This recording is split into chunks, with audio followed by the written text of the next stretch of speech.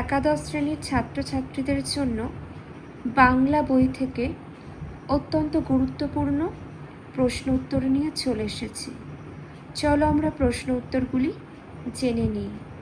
দেখো প্রথম প্রশ্ন, শ্রীকৃষ্ণ কীর্তন কাব্যের পুঁথি আবিষ্কৃত হয় কত খ্রিস্টাব্দে?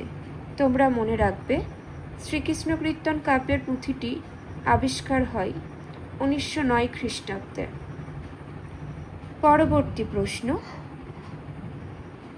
শ্রীকৃষ্ণ কীর্তন কাব্যের পুঁথি আবিষ্কার করেন কে? পুঁথিটি আবিষ্কার করেন বসন্ত রঞ্জন রায়। দেখে নাও উত্তরটি ভালো করে। পরবর্তী প্রশ্ন, শ্রীকৃষ্ণ কীর্তন কাব্যের পুঁথিটি ছাপার অক্ষরে প্রথম প্রকাশিত হয় কত খ্রিস্টাব্দে?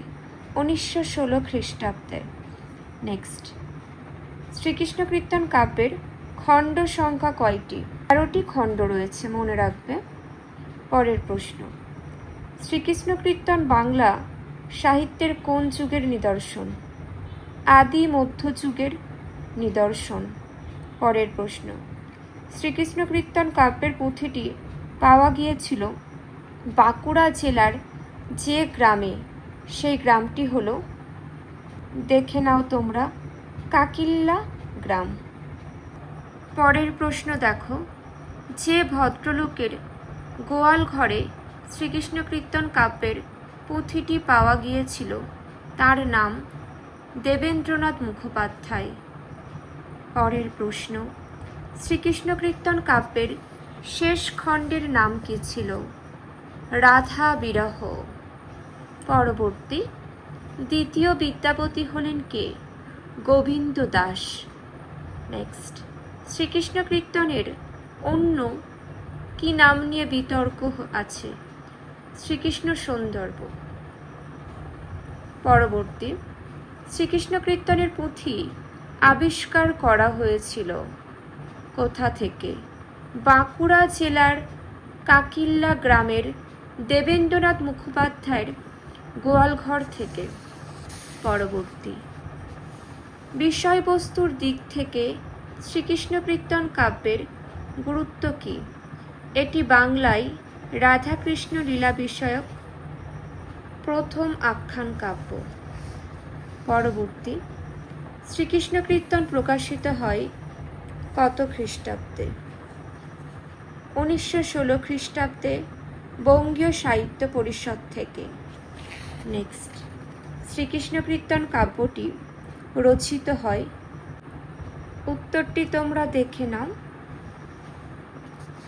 Option A. পরের প্রশ্ন, গুরুচণ্ডী দাস শ্রীকৃষ্ণ কীর্তনের উপাদান সংগ্রহ করেছিলেন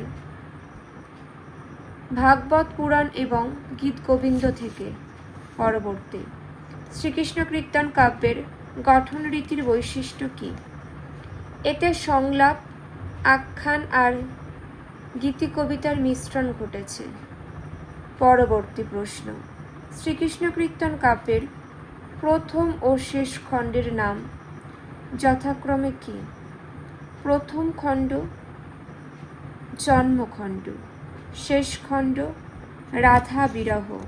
পরবর্তী, শ্রীকৃষ্ণ কীর্তন কাব্যে যে যে ছন্দের প্রয়োগ দেখা যায় তা হলো, দেখে নাও, পয়ার ও ত্রিপদী ছন্দের প্রয়োগ দেখা যায়। পরবর্তী, শ্রীকৃষ্ণ কীর্তনের কবিকে কোন কোন নামে পাওয়া যায়? দেখে নাও, বুড়ুচণ্ডী দাস, চণ্ডীদাস, অনন্ত বুড়ুচণ্ডী দাস। পরবর্তী প্রশ্ন দেখে নাও, শ্রীকৃষ্ণ কীর্তন কাব্যের যে খণ্ডটিকে পণ্ডিতেরা প্রক্ষিপ্ত বলে মনে করেছেন সেটি হল রাধা বিরহ। নেক্সট, শ্রীকৃষ্ণ কীর্তন কাব্যের 12তম খণ্ডের নাম কি? বংশী খণ্ড। পরবর্তী, শ্রীকৃষ্ণ কীর্তন কাব্যটির বিষয়বস্তু কী ছিল? রাধাকৃষ্ণের প্রেম লীলা। পরেরটি, শ্রীকৃষ্ণ কীর্তন নামটি দিয়েছিলেন কে? বসন্ত রঞ্জন রায়। পরবর্তী, শ্রীকৃষ্ণ কীর্তন কাব্যের দ্যুতি চরিত্রটির নাম কি? বড়াই। পরবর্তী, যে চরিত্রটি শ্রীকৃষ্ণ কীর্তন কাব্যে নেই সেটি হলো চন্দ্র। পরবর্তী, শ্রীকৃষ্ণ কীর্তন কাব্যটি মূলত দেখে নাও উক্তি প্রত্যুক্তিমূলক কাব্য।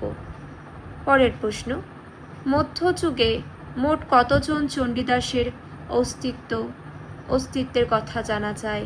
4 জন। নেক্সট, শ্রীকৃষ্ণ কীর্তন কাব্যটি রচয়িতা বুড়ু চণ্ডীদাস।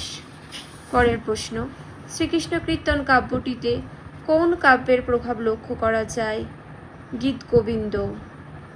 পরের প্রশ্ন, খণ্ড নাম যুক্ত নেই শ্রীকৃষ্ণ কীর্তনের এমন খণ্ডের নাম কি? রাধা বিরহ। পরবর্তী, শ্রীকৃষ্ণ কীর্তন নামকরণটি করেছিলেন? দেখে নাও অপশান বি উত্তর। পরবর্তী প্রশ্ন, বুড়ু চণ্ডীদাস বাংলা ছাড়া যে ভাষায় দক্ষ ছিলেন? সংস্কৃত ভাষায়। পরবর্তী, নিচের কোন গ্রন্থটি থেকে বুড়ু চণ্ডীদাস রণ গ্রহণ করেছেন? দেখে নাও গীত গোবিন্দ থেকে। পরের প্রশ্ন, শ্রীকৃষ্ণ কীর্তন কাব্যের শেষ খণ্ডের নাম কি? রাধা বিরহ। যে প্রশ্ন উত্তরগুলি আলোচনা করলাম ভীষণ গুরুত্বপূর্ণ। তোমরা চেষ্টা করবে এগুলি নিজেদের খাতায় লিখে নেওয়ার। কারোর কোনো মন্তব্য থাকলে কমেন্টের মাধ্যমে জানিও। আজ এতটুকুই।